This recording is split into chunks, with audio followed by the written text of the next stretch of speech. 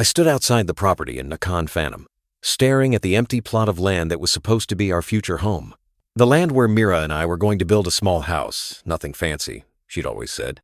Just enough for the two of us to grow old together. There was no house, no foundation, no construction materials, not even a marker showing where the building was supposed to be. Just dirt and weeds, and the broken promise of everything I'd believed in for the past year. An elderly Thai woman emerged from a neighboring house, curiosity drawing her closer. She spoke to me in Thai. I caught maybe one word in 10, but her gestures were clear enough. She was asking what I was looking for. I showed her a photo on my phone. Mira and me, taken 6 months earlier, both smiling at the camera like people who believed in happy endings. The woman's expression changed. Recognition, then something that looked like pity. She called out, and a younger man, maybe her son, came over. His English was broken but functional. "You looking for this woman?" he asked, pointing at Mira in the photo. "Yes, my fiancée. This is supposed to be her family's land. We're building a house here." The man and his mother exchanged glances. A conversation in rapid Thai followed, and I caught the concern in their voices even if I couldn't understand the words. "This, not her family land," the man said finally. "Her family lived different place. She not live here many years." The ground seemed to tilt beneath me. "Are you sure?" "This is the address she gave me. She said her mother owned this land. Her mother not live here. Maybe aunt, maybe cousin, not mother." He paused, clearly uncomfortable. "And she has boyfriend, Thai man. They live together in Udon Thani. 4 million baht. That's how much I'd invested in what I thought was our future together. 1,700,000 for the land, 900,000 for construction, 1,400,000 for wedding expenses and preparations. All of it built on lies. I didn't break down there on that dusty road, didn't scream or rage or demand answers from these strangers who'd just destroyed my entire world. I thanked them quietly, got back in my rental car, and drove away. But inside, something had shifted. The grief and betrayal would come later. In that moment, all I felt was a cold, crystalline clarity. Mira had played me perfectly for over a year. She'd studied my vulnerabilities, deployed every technique in her arsenal, and extracted 4 million baht while making me believe I was the luckiest man in Thailand. Now it was my turn. If you've been enjoying the stories I create, please consider hitting the subscribe button. Your support is crucial for the growth of this channel and helps me dedicate time to making these videos despite my commitment to a full-time job. Thank you for being here. My name is Adrian Brooks. I'm 55 years old, born and raised in Brisbane, Australia, and I've spent the last 32 years working in construction. I started as a laborer straight out of school, 18 years old, all muscle and no sense, willing to do whatever work the site supervisors threw my way. The construction industry in Australia was booming in the 90s. And if you showed up on time, worked hard, and didn't complain, you could build a decent career. I worked my way up slowly, from laborer to tradesman to foreman, learning every aspect of the job. By 30, I was a site supervisor, managing teams of 20 or 30 men on commercial projects across Queensland. Shopping centers, office buildings, apartment complexes, I've supervised construction on hundreds of projects over the years. The work was demanding but satisfying. There's something deeply gratifying about watching a building rise from nothing, knowing you played a role in creating something permanent. Every project was a problem-solving exercise, coordinating trades, managing schedules, dealing with unexpected issues that threatened timelines and budgets. I was good at it. Patient, practical, detail-oriented. The kind of supervisor who earned respect through competence rather than intimidation. By 45, I was one of the most sought-after project managers in Brisbane, commanding a salary that had built me a comfortable life. My personal life was less successful. I married at 28 a woman named Helen who I'd met at a friend's wedding. She was a nurse, practical and grounded, and we seemed well matched. We bought a house in the suburbs, settled into a comfortable routine, and told ourselves we'd have children eventually. Eventually never came. The years passed, and neither of us pushed the issue. Work consumed most of my energy, and Helen built a life around her career and her friends. We were companions more than partners, sharing a mortgage and a last name, but not much else. The marriage ended when I was 52. No dramatic blow-up, no infidelity, just a mutual acknowledgement that we'd grown apart. We'd spent 24 years together and had somehow become strangers. The divorce was civilized. We sold the house, split the assets evenly, and went our separate ways. I walked away with about 420,000 Australian dollars in savings and superannuation. Comfortable, but not wealthy. Enough to retire on if I was careful, or to build a new life somewhere cheaper than Brisbane. The divorce hit me harder than I expected. Not because I missed Helen specifically, we'd been emotionally divorced for years before it became legal, but because it forced me to confront how empty my life had become. 52 years old, no children, no real connections outside of work, and a growing sense that I'd traded my youth for money without ever figuring out what the money was for. I kept working for another 2 years, more out of habit than necessity, but the satisfaction had gone out of it. I'd spent 3 decades building structures that would outlast me, and what did I have to show for it? A healthy bank account and a profound loneliness that no amount of project completion bonuses could fill. At 54, I took early retirement. My company was understanding they'd gotten decades of dedicated service from me, and they weren't going to begrudge me a few extra years of freedom. I needed to figure out what came next. I'd spent my entire adult life working toward retirement, and now that it was here, I had no idea what to do with it. A mate of mine, Stuart, had retired to Thailand a few years earlier. He'd send me photos occasionally, beaches, temples, meals that looked incredible and cost less than a coffee in Brisbane. He kept telling me to visit, to see if the lifestyle might suit me. I finally took him up on it. I arrived in Bangkok in April, during Songkran, the Thai New Year water festival. Stuart had warned me it would be chaos, but I wasn't prepared for the sheer exuberance of it. Entire streets transformed into water war zones, with locals and tourists alike armed with water guns, buckets, and hoses, drenching anyone who passed by. It was overwhelming at first. I'm not naturally comfortable in crowds or chaotic situations, but there was something infectious about the joy, the laughter, the way people from all walks of life came together for this massive celebration. I met Mira on the 3rd day of Songkran. I'd retreated from the main festivities to a quieter area near Sukhumvit, looking for somewhere to dry off and catch my breath. There was a small cafe that seemed relatively safe from the water warfare, and I ducked inside. She was sitting alone at a corner table, nursing a coffee and watching the chaos outside through the window. She wasn't dressed for the festival, no bright colors, no waterproof gear, just simple, elegant clothes that suggested she was avoiding the festivities rather than participating. Our eyes met when I walked in. She gave me a small, sympathetic smile, the kind that said, "You look like you need a break too," and returned her attention to the window. I ordered a coffee and found a table nearby. After a few minutes, she spoke. "You were brave to walk outside during Songkran," she said in clear, careful English. "Most tourists, they love it, but you look." She paused, searching for the word. "Tired?" I laughed. "That's one way to put it.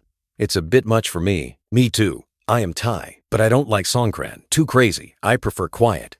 We started talking. Her name was Kanyarat, but everyone called her Mira. She was 29, originally from a province in the northeast called Nakhon Phanom, but she'd lived in Bangkok for several years. She owned a nail spa, she said, co-owner with a friend, a small business that was doing reasonably well. What struck me immediately was her demeanor. She was calm, soft-spoken, almost shy, nothing like the loud, aggressive energy of the festival outside or the bar girls Stuart had warned me about. She seemed genuine, thoughtful, the kind of person who chose her words carefully. "What brings you to Bangkok?" she asked. I explained that I was recently retired, recently divorced, exploring Thailand to see if it might be a place I could settle. She listened attentively, asking intelligent questions about my work, my reasons for leaving Australia, my hopes for this next chapter of life. "I think Thailand is a good place for this," she said. "Quiet life. Simple life. Not expensive like Australia. And Thai people. We respect older people. Not like some countries where young people ignore their elders." We talked for over an hour. When the conversation finally wound down, she suggested we exchange contact information. "If you need help with anything translating, finding places, understanding Thai culture, please ask me. I am happy to help." It seemed like a kind offer from a friendly local, nothing more. But that conversation planted a seed that would grow into something much larger and far more dangerous than I could have imagined. Over the following weeks, Mira and I stayed in contact. She'd text occasionally to check how I was settling into Bangkok, offer suggestions for places to visit, ask how I was finding Thai food and culture. The attention was flattering. After the emotional desert of my marriage's final years, having someone genuinely interested in my well-being felt like cool water on parched earth. We met for coffee a few more times before I returned to Brisbane. Each meeting deepened my impression of her as someone special, intelligent, kind, traditional in the best sense. She talked about her family in the Northeast, about her desire to eventually leave Bangkok and return to a simpler life, about her dream of having a small home and a stable family. Bangkok is good for business, she said during one of our meetings, but not good for soul. Too busy, too many people. I want to go home eventually. Build small house, maybe marry good man, have peaceful life. That sounds nice, I said. Simple but meaningful. Yes, exactly. You understand. She looked at me with something that seemed like appreciation. Most men, they want excitement, parties, young girls. But you want peace, like me. Before I left Bangkok, I asked if she'd like to stay in touch. She agreed immediately, seeming almost relieved that I'd asked. I would like that very much, she said. You are first man who treats me with respect. Not like toy. Not like. She paused, searching for words. Not like I am only good for one thing. You see me as person. The relationship developed slowly over the next 6 months. We'd video call regularly, morning for her, evening for me. She'd show me her day, the nail spa where she worked, the street vendor where she bought her lunch. I'd show her Brisbane, the apartment I'd rented after selling the house, the parks where I'd walk in the afternoons. She sent thoughtful messages, not just hello or how are you, but actual observations about her day, questions about mine, small pieces of herself shared carefully and deliberately. About 4 months into our long distance, whatever it was, I invited her to visit Brisbane. I'd pay for the ticket. I said I wanted to show her my city, spend time together in person, see if this connection we'd built online could survive face-to-face proximity. She accepted after some hesitation. It is a big step, she said, but I trust you. Her visit was perfect. She fit seamlessly into my life, cooking Thai meals in my kitchen, joining me on my daily walks, meeting my friends with a quiet grace that charmed everyone. Stuart, my mate who'd retired to Thailand, was particularly impressed. You found a good one, mate, he told me over beers while Mira was visiting a local Thai grocery store. Not like the girls in the bars. She's the real deal, traditional, family-oriented. You're lucky. I felt lucky. For the first time since my divorce, I felt like I had something to build toward, someone to share my life with. Before she returned to Bangkok, I asked if she'd consider marrying me. Are you serious? She asked, her eyes wide. Very serious. I know it's fast, but I'm 55 years old. I've been married before.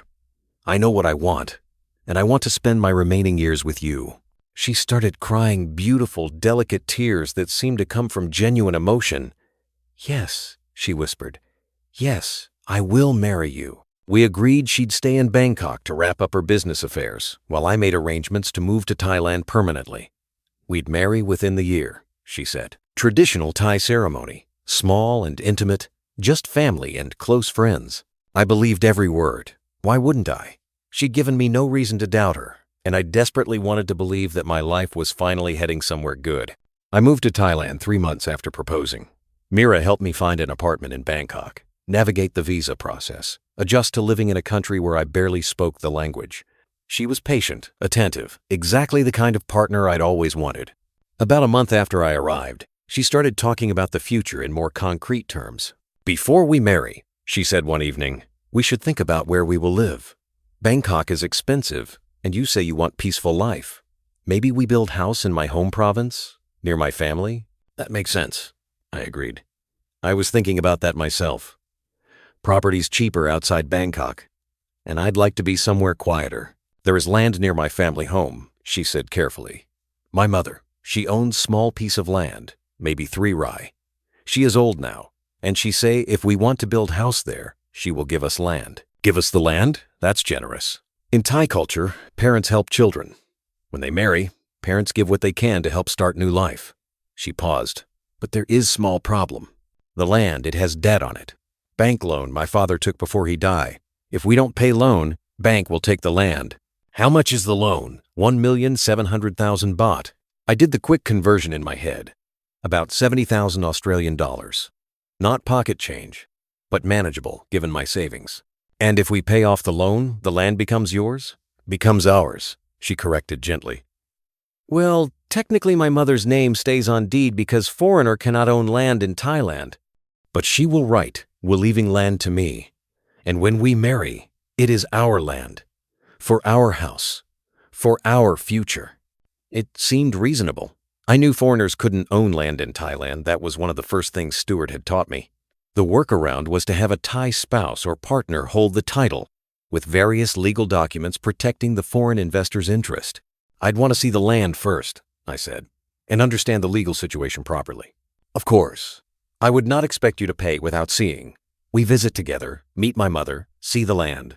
Then you decide. We traveled to Nakhon Phanom the following week. The journey was long flight to Udon Thani, then several hours by car, but Mira was excited, chattering about her childhood, her family, the peaceful life we'd have away from Bangkok's chaos. The land was beautiful. Rolling hills in the distance, rice paddies stretching to the horizon. A quiet rural landscape that felt like the opposite of everything I'd known in Brisbane. The property itself was several acres of relatively flat land, perfect for building a modest home. Mira's mother was there to meet us, a small, weathered woman who spoke no English but smiled warmly and clasped my hands in both of hers. Through Mira's translation, she thanked me for taking care of her daughter and promised to help us build a good life together. She says you have good face, Mira translated. She can see you are kind man. She is happy I found you. We met with a local official who showed me documents, property deeds, bank statements, loan information. Everything looked legitimate, though I couldn't read the Thai script and had to rely on Mira's translation. The loan is real, she confirmed. 1,700,000 baht. If we pay it, bank releases their claim, and land is ours, free and clear. I thought about it for 2 days.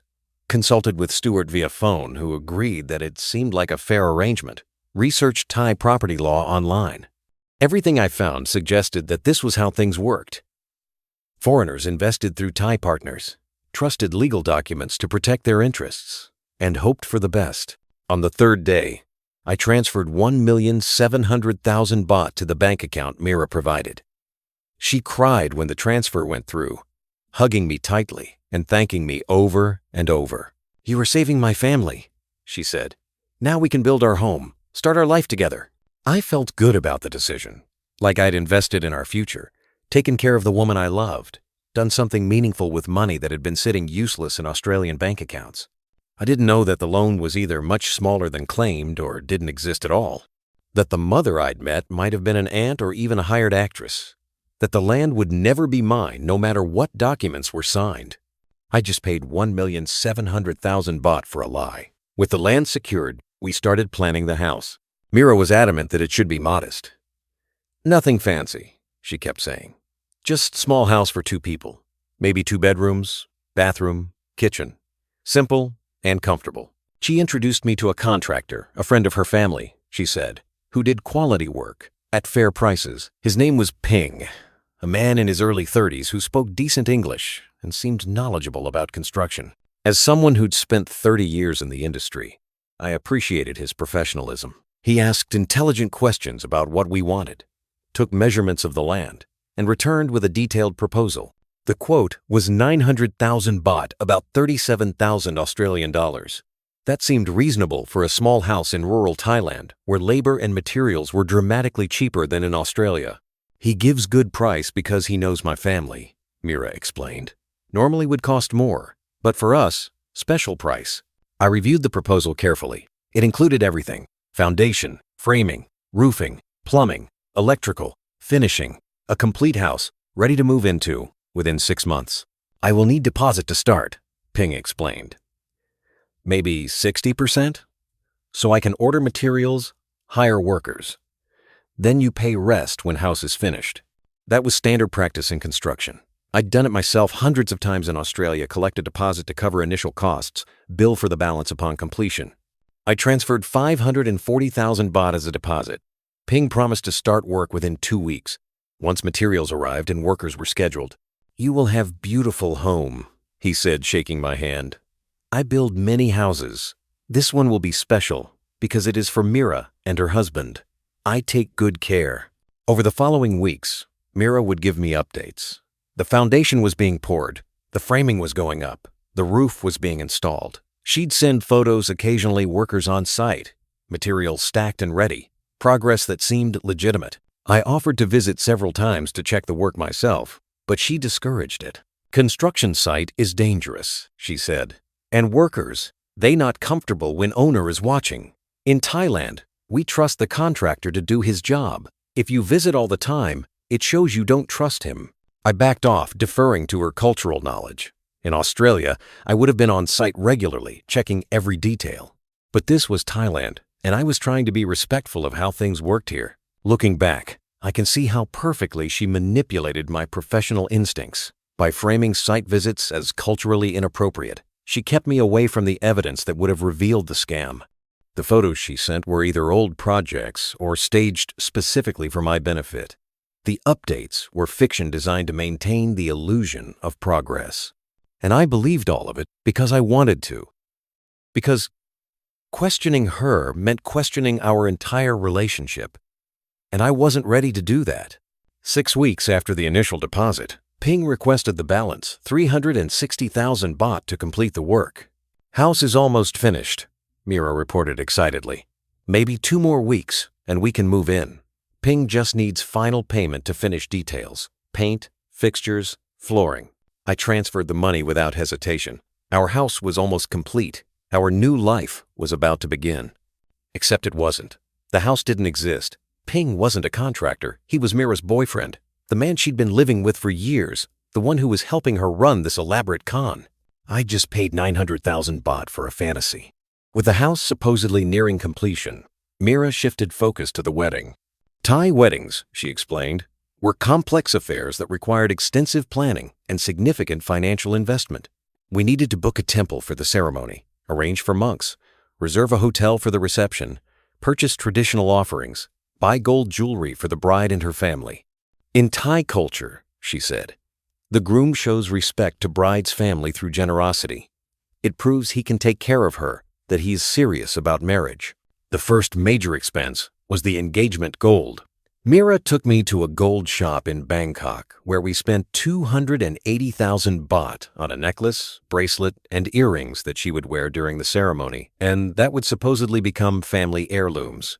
Then came the temple deposit, 120,000 baht, to reserve the date and pay for the monks' participation. The hotel reception for 100 guests, 350,000 baht. Traditional Thai dress for Mira, 80,000 baht.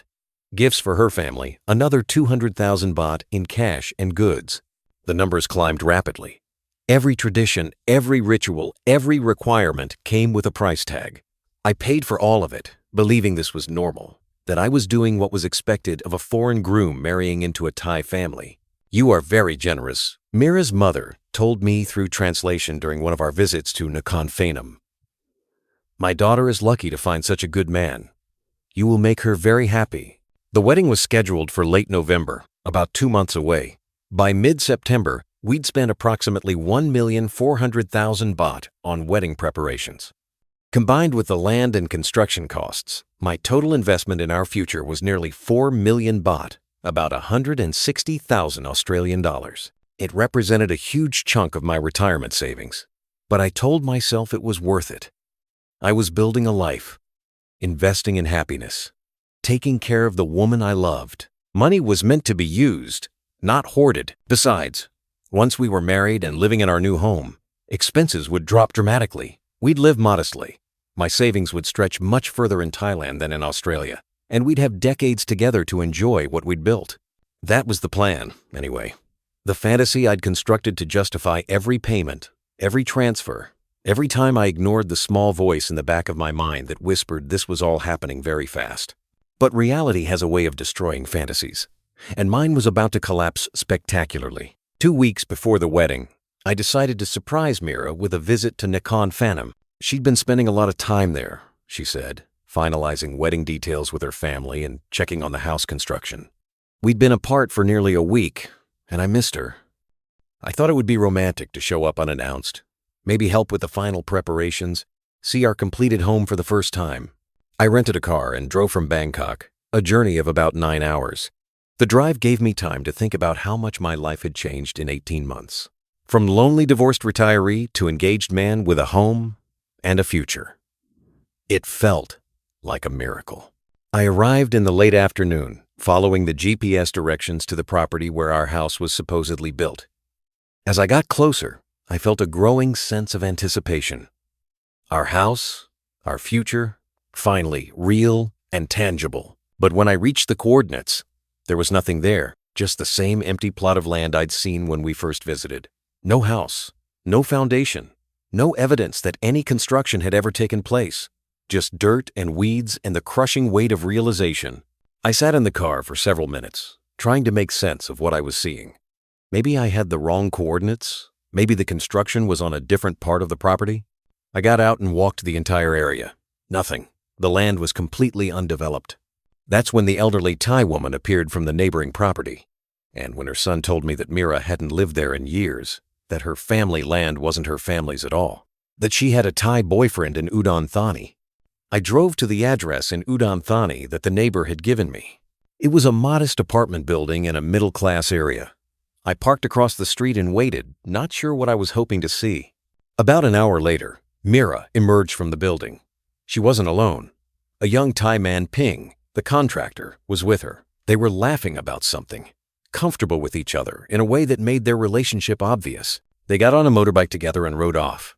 I followed at a distance, watching as they stopped at a market, bought food, returned to the apartment. Domestic, intimate. A couple who'd been together for years.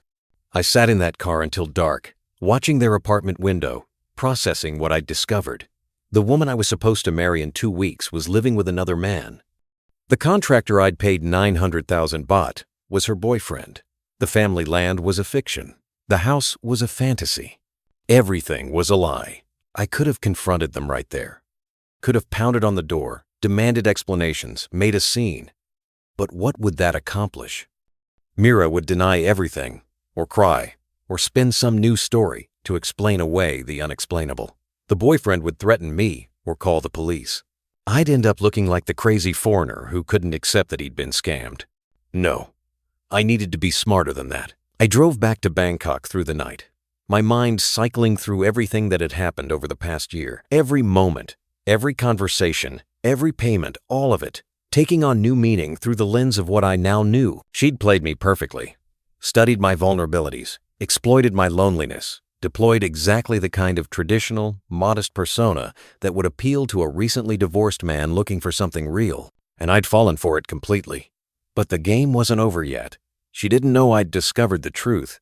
As far as she was concerned, I was still the trusting fiancé, counting down days until our wedding, believing every lie she'd told. That gave me an advantage. Time to plan. Time to strike back in ways she wouldn't anticipate. Mira had spent a year destroying me financially. Now I was going to spend the next 2 weeks destroying her completely. I spent the first day after my discovery doing research. Stuart had mentioned expat groups that track Thai romance scams. I found several forums and Facebook groups dedicated to helping foreigners avoid or recover from fraud. I read hundreds of stories, men who'd lost money to women running the same playbook Mira had used on me. Land purchases that never completed, construction projects that never existed, wedding expenses that enriched everyone except the groom. The patterns were eerily similar, refined over years by women who'd turned scamming foreigners into a professional operation. But I also read stories about revenge. Most were unsatisfying men who'd tried to get their money back through Thai courts and failed, or who'd simply returned home and nursed their wounds. A few had pursued more aggressive tactics that backfired spectacularly. The successful revenge stories had one thing in common. They were cold, strategic, and focused on destroying the scammer's ability to operate rather than recovering the lost money. Money was gone. I understood that. No court was going to rule in my favor. No Thai police officer was going to prioritize my case. No lawyer was going to recover 4 million baht from a woman who'd already spent or hidden it. But I could make sure she never did this again. I could burn down her operation so thoroughly that no other man would fall victim to her. The strategy came together over the following days. First, I'd cancel everything related to the wedding, quietly, efficiently, without giving her advance warning. Every cancellation would send her a notification, a signal that something was wrong but no explanation of what. Second, I'd freeze her access to any money she expected from me. We'd opened a joint Thai bank account months earlier in my name primarily. But with her having card access for household expenses, she expected another monthly deposit. She wouldn't get it. Third, I'd contact every vendor involved in the wedding and explain calmly, professionally, that the wedding was canceled because the bride had been dishonest. Vendors talked. Gossip spread quickly in tight-knit business communities. Fourth, I'd let the natural consequences unfold. Her boyfriend Ping would discover that his meal ticket had dried up. Her mother would realize the scam had failed. Her network of enablers would turn on her when the money stopped flowing. And finally, I'd disappear. No confrontation, no dramatic final scene. I'd simply leave Thailand, return to Australia, and let her wonder what had happened. The not knowing would eat at her. The uncertainty would be worse than any confrontation, and the ruins of her operation would serve as a warning to anyone who tried to rebuild it. I spent a week preparing, made lists, confirmed details, rehearsed conversations. By the time I was ready to execute, I knew exactly what would happen and when. Mira still had no idea I'd discovered anything. She'd returned to Bangkok after her week in Nakhon Phanom and continued playing the excited bride-to-be, counting down days until our wedding. "Only 10 days left," she said one evening, cuddled beside me on the couch. "Then we are husband and wife. Forever." "Forever?" I echoed, the word bitter in my mouth. She kissed me gently. "I am so lucky to find you. You changed my life." "You changed mine too," I said. And it was true, just not in the way she meant. I started on a Monday morning, 8 days before the scheduled wedding. First call, the temple where our ceremony was booked. I explained in careful English, aided by a translator. Stewart had recommended that the wedding was canceled. "Personal reasons," I said. The situation had changed. I apologized for the late notice, but hoped they could rebook the date. The monks were understanding. They refunded part of the deposit and wished me well. Second call, the hotel hosting our reception. Same script. Personal reasons. Situation changed. Deeply sorry for any inconvenience. They were less understanding, keeping most of the deposit as a cancellation fee. I didn't care. The money was irrelevant. Third through seventh calls. The caterer, the florist, the photographer, the dress shop, the gold shop, requesting to return the engagement jewelry, which they agreed to with a restocking fee. Each cancellation generated an automated notification to Mira emails and text messages, informing her that various vendors had processed my cancellation requests. I could imagine her confusion growing with each alert. By noon, I'd canceled everything. The entire wedding infrastructure had been dismantled in a few hours of phone calls. My phone started ringing almost immediately. Mira, confused and increasingly panicked. I didn't answer. Let her wonder. Let her fear build. The texts came next. "Adrian, what's happening? I got message from hotel. The temple says you canceled. Why? Please call me. I don't understand. Are you okay? Did something happen? Adrian, you're scaring me. Please answer." I turned off my phone and spent the afternoon at a cafe, working on the next phase of my plan. The joint Thai bank account had been Mira's idea. "Easier for household expenses," she'd said. "And when we're married, we should share everything, yes?" I'd opened it in my name with her as an authorized user. She had a debit card linked to the account and could make withdrawals up to a daily limit. Every month, I'd been depositing money she'd use for groceries, utilities, small expenses. This month, she expected 120,000 baht her allowance for managing household affairs while I supposedly focused on bigger financial matters. Instead, I transferred the entire balance, about 250,000 baht, to a different account she had no access to. Then I called the bank and had her debit card canceled. "Security concerns," I explained. "I need to restrict access to the account." The bank complied without questions. Within hours, Mira's financial access was completely cut off. I also canceled the credit card I'd gotten for her, technically a supplementary card on my Australian account. She'd been using it for small purchases, nothing excessive, but I wanted every financial connection severed. By evening, Mira had no access to money she'd been expecting, no explanation for why the wedding was canceled, and no way to reach me. The panic in her messages was escalating. What did I do wrong? Please talk to me. Did someone tell you something bad about me? I love you. Why are you doing this? I almost felt bad. Almost. Then I remembered the 4 million baht, the lies, the boyfriend in Udon Thani, the year of my life she'd stolen. I turned my phone off again and went to bed early. Tomorrow would bring the final pieces of my strategy into place. The next morning, I visited each wedding vendor in person. I started with the hotel event coordinator. She recognized me immediately. We'd met several times to discuss reception details. Mr. Brooks, she said, concerned. We received your cancellation. Is everything all right? I need to explain why I canceled, I said, and I need your advice about something. Over coffee, I told her an edited version of the truth.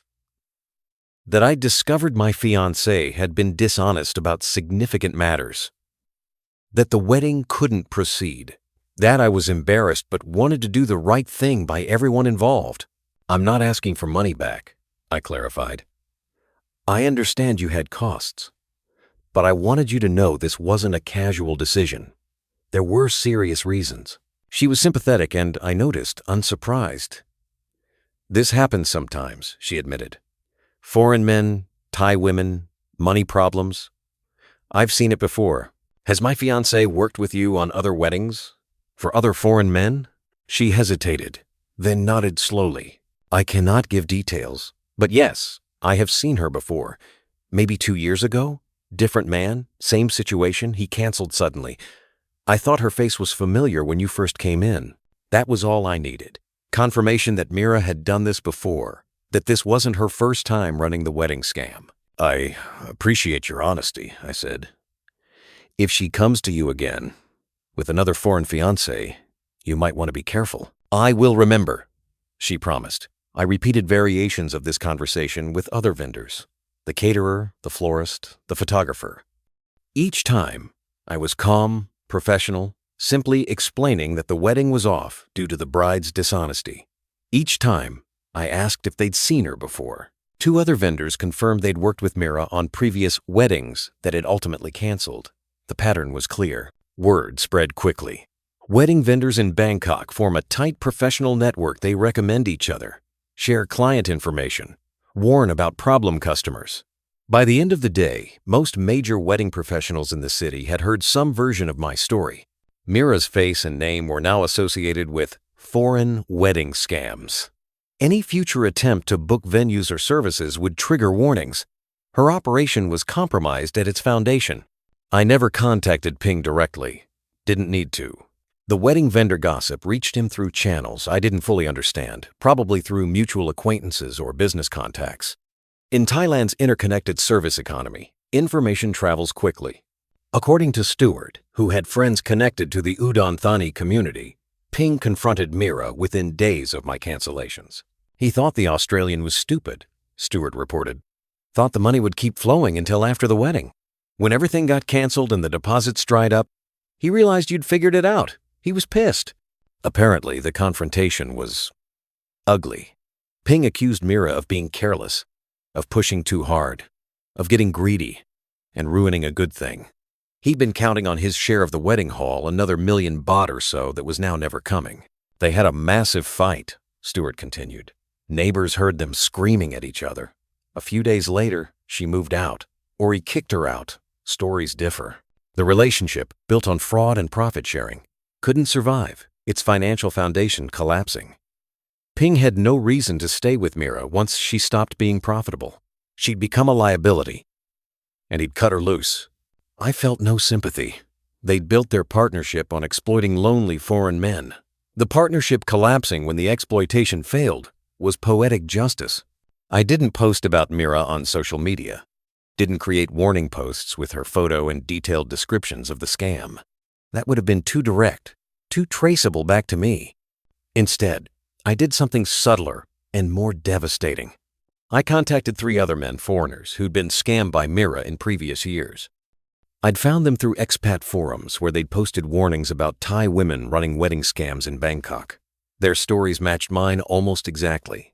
The land purchase, the construction project, the wedding expenses, the sudden revelation of a Thai boyfriend. I reached out privately, shared what had happened to me, and suggested we pool our information. Between the four of us, we had comprehensive documentation. Photos of Mira, records of transactions, descriptions of her methods, contact information for her known associates. We compiled everything into a detailed report and shared it with multiple expat warning groups, not as a bitter revenge post, but as a factual accounting of a sophisticated fraud operation. Names, dates, amounts, patterns. The report went viral within the expat community. Shared hundreds of times, commented on extensively, added to databases that foreigners checked before getting seriously involved with Thai partners.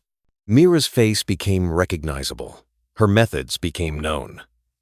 Any future foreign man who did even basic research would find warnings about her within minutes of searching her name. Her hunting ground was poisoned. The venues she'd used were warned. The community she'd preyed upon was educated. Her career as a professional romance scammer was effectively over. The hardest part of my revenge wasn't the planning or execution. It was resisting the urge to confront Mira directly. Part of me wanted that dramatic final scene. Wanted to tell her exactly what I knew. Watch her face as she realized I'd seen through everything. Hear her try to explain or justify or beg for forgiveness. But I knew that confrontation would only give her ammunition. She'd cry, play the victim, claim she'd been forced into it by circumstances I didn't understand. She'd try to manipulate me one final time. And some part of me, the part that had loved her or thought I had, might weaken. So I chose silence. I didn't answer her calls. Didn't respond to her texts. Didn't explain why I'd canceled the wedding or frozen her accounts or disappeared from her life. The not knowing ate at her. I could tell from the progression of her messages. Confusion. What happened? Please, talk to me. Panic. Did someone lie about me? I can explain everything. Anger. How dare you treat me like this? After everything I did for you? Desperation. I love you. Please don't leave me. We can fix this. And finally, realization. You know. You found out. I'm sorry. Please forgive me. But I never responded. Not once. After 2 weeks, the messages stopped. She'd realized that whatever we'd had was over, that no amount of pleading or explaining would change my mind. I'd disappeared from her life as completely as she'd planned to disappear from mine after the wedding.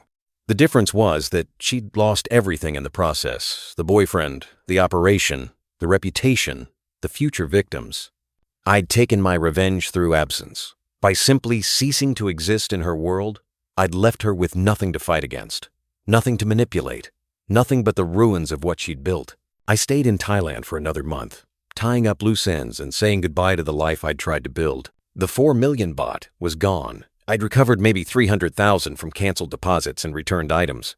But the rest, the land payment, the construction money, most of the wedding expenses was unrecoverable. Scattered across various accounts, spent on living expenses, already laundered through systems I couldn't track. But I was luckier than most scam victims. I still had about 250,000 Australian dollars in savings. Not what I'd hoped to retire on, but enough to rebuild some version of a life. I said goodbye to Stuart, who'd been supportive throughout the ordeal. You handled it better than most, he told me over our final beer together. Most blokes either get violent or just slink away in shame. You actually fought back smart. Didn't feel smart, I admitted. Felt like I'd been an idiot for a year. You trusted someone who seemed trustworthy. That's not idiotic, that's human. She was just better at lying than you were at detecting lies. The question is what I do now. Stay in Thailand? Go back to Australia? Start over somewhere else? What do you want? I thought about it. I want to stop running. I left Australia running from a failed marriage and loneliness. I came to Thailand running towards something I thought I'd found. Maybe it's time to stop running and just be somewhere. That sounds wise. I flew back to Brisbane 2 weeks later. My friends and family were surprised. They'd thought I was settled in Thailand permanently. I gave them an edited version of the truth. The relationship hadn't worked out. I decided to come home. Nothing dramatic, just life not going as planned. Only my brother got the full story. He listened without judgment, asked a few clarifying questions, then said simply, I'm glad you got out before it got worse. Worse than 4 million baht? Worse than 4 million baht and a failed marriage. She could have dragged it out longer, taken more, destroyed more. You caught it relatively early. He was right. Some men lost everything, their entire savings, their homes, sometimes their lives, when debt and shame became too much to bear. I'd lost a chunk of money and a year of my life. Painful, but survivable. I've been back in Australia for 14 months now. I'm 56 years old, single, with diminished savings but intact sanity. I found an apartment in Brisbane, nothing fancy, but comfortable. Reconnected with old friends who'd drifted away during my Thailand adventure. Started doing consulting work for construction companies, using my 30 years of experience without the commitment of full-time employment. The work helps, keeps my mind occupied, gives me purpose beyond just existing. I'm not dating. The idea of trusting someone romantically again feels impossible right now. Maybe it always will. Mira burned that capacity so thoroughly that I'm not sure it can regenerate. But I'm not lonely in the way I was before Thailand. I've learned the difference between being alone and being isolated. I have friends, hobbies, a community. I don't need a romantic partner to feel like my life has meaning.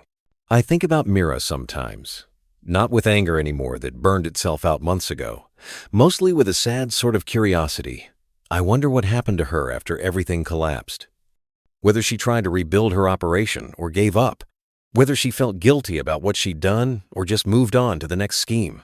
I'll never know, and that's probably for the best. Closure is overrated.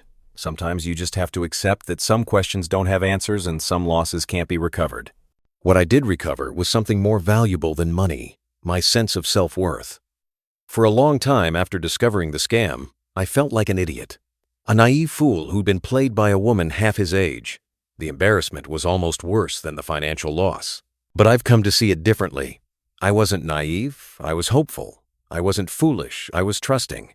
Those aren't weaknesses. They're the qualities that make us human, that allow us to connect with others, that make life worth living. Mira exploited those qualities. That doesn't mean I should abandon them. It means I should protect them, use them more carefully, but not destroy them entirely. I gave her 4 million baht. She took it willingly, eagerly, systematically. But in doing so, she also gave me something. Clarity. About who she was, about what I wanted, about the difference between genuine connection and skillful manipulation. That clarity is worth something. Maybe not 4 million baht, but something. A friend asked me recently if I regretted the way I handled things with Mira. You could have had her arrested, he pointed out.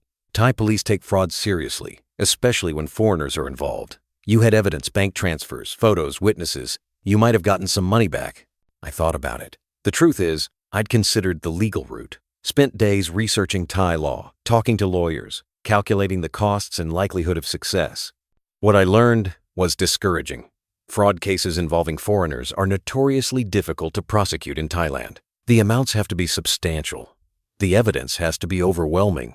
And even then, recovery rates are abysmal. The process takes years and costs nearly as much as you're trying to recover. More importantly, it would have kept me connected to Mira. Months or years of legal proceedings, seeing her in court, relitigating the betrayal over and over. Keeping the wound fresh when what I needed was to heal. I don't regret it, I told my friend. Legal revenge would have hurt me more than her. What I did, destroying her operation, burning her reputation, taking away her ability to do this to others that was more effective and more satisfying. But you didn't get your money back. No. But I got something better. I got her to experience exactly what she tried to do to me. Sudden, complete destruction of everything she'd built. She planned to disappear after the wedding, leaving me with nothing. Instead, I disappeared and left her with nothing. Poetic justice? Something like that.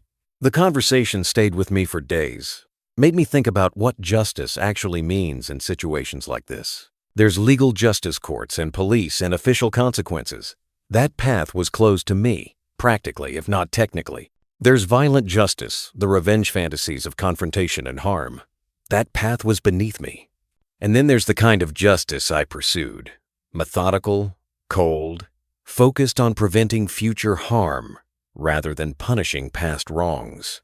Mira took 4 million baht from me. But I took her livelihood, her reputation, her boyfriend, her network, her ability to ever run this scam again in Thailand's expat community. In the calculus of revenge, I'm not sure who came out ahead. She has the money, or whatever's left of it. I have the satisfaction of knowing I fought back and won in the ways that mattered most. When another friend heard the story, his response was simpler. She thought she could steal from you. You made her regret it. That's as close to a summary as I'm likely to get. Mira spent a year stealing from me. I spent 2 weeks making sure she'd never steal from anyone else again. She got 4 million baht. I got justice. And in the end, losing me cost her far more than any amount of money could have repaid.